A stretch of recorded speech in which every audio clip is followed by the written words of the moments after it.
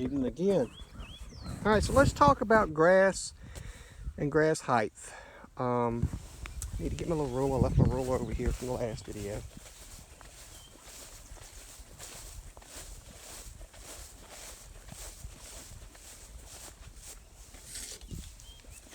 All right, so we have our little ruler. Kind of warm today, so we're going to just set in the shade here. We're going to measure our grass with our trusty mower measure that I'm giving out to everybody. And you can see I'm about 4 1/4, which is what I set my mower at. And I'm going to continue to progressively bump this up 1/4 of an inch every time I mow until I get to a 5-inch mowing height. Starting the 1st of May, middle of May, I like to start moving my grass up to about a 5-inch height. Why, you ask? Well, let's see if I can find a place to pull one little root of grass. There we go. There we go. All right, birds adding us a little background effect here.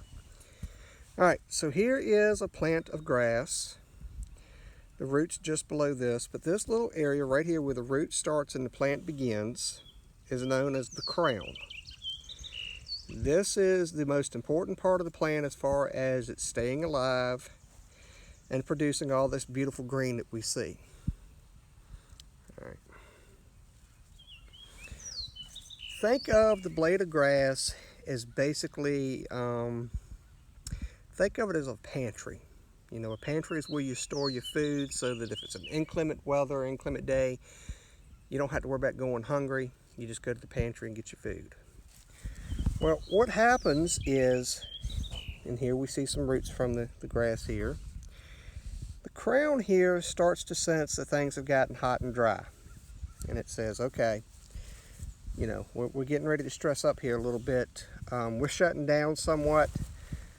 Start sending me my reserves, and what it does is it starts from the tip of this blade and all the tips of the blades, and it just starts progressively coming down, bringing up all the nutrients, because it's not pushing it up into the plant anymore, it's actually pulling it down at this point.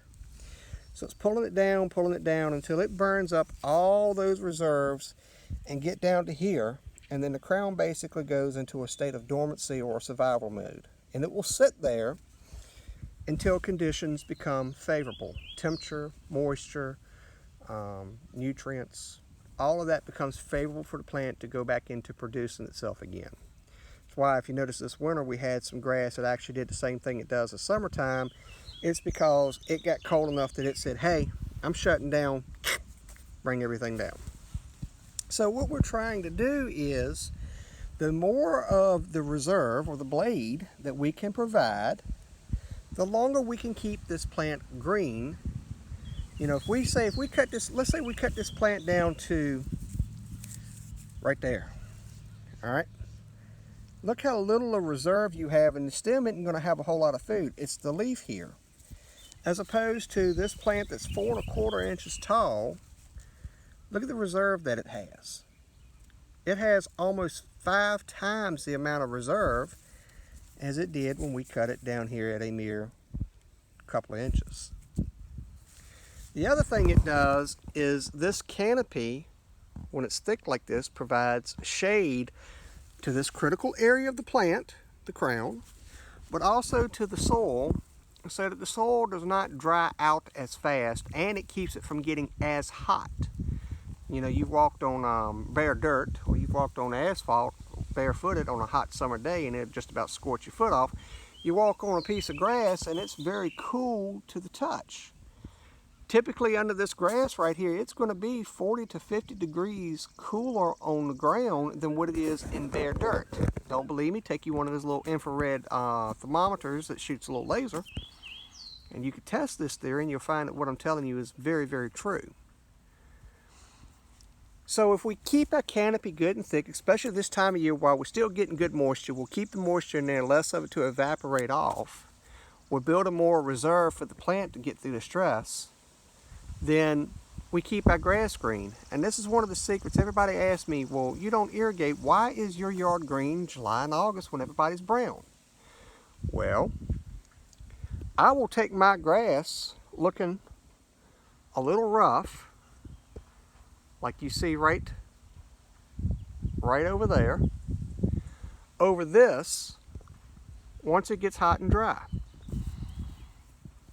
I prefer that look over this look if it means my grass is going to be brown and not green. So I start looking at the weather, and if I don't see rain for a week or two, any good rain, and I'm talking about something like a ½ inch or more, my yard does not get cut until I get the rain out of it. It's got cut today because we got about a ½ inch of rain last night, so I'm happy. I'm good. We're supposed to get some more Thursday. So I'm good. I'm going to take the chance. But come July, I wouldn't cut this yard right now. I would leave it just like what you see so that I keep green. If I did anything, I would merely clip the tops. I'd set the mower up to about 6 inches. My mower will do that, and I will simply clip the tops, nothing more.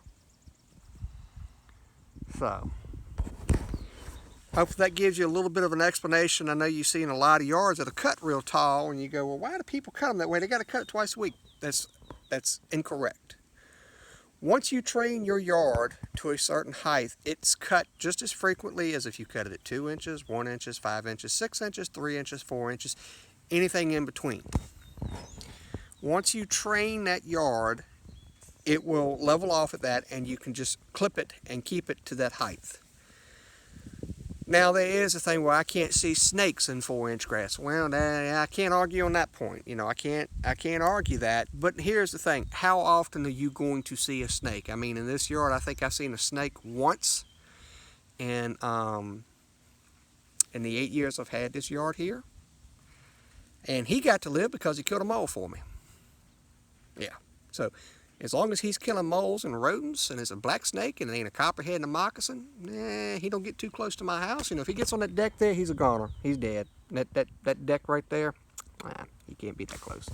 But he's out here, he ain't coming towards the house. He minding his business. And he a good old boy. He good to stay in my yard, you know. Shoot, me and him can have a steak and a beer together if he wants to.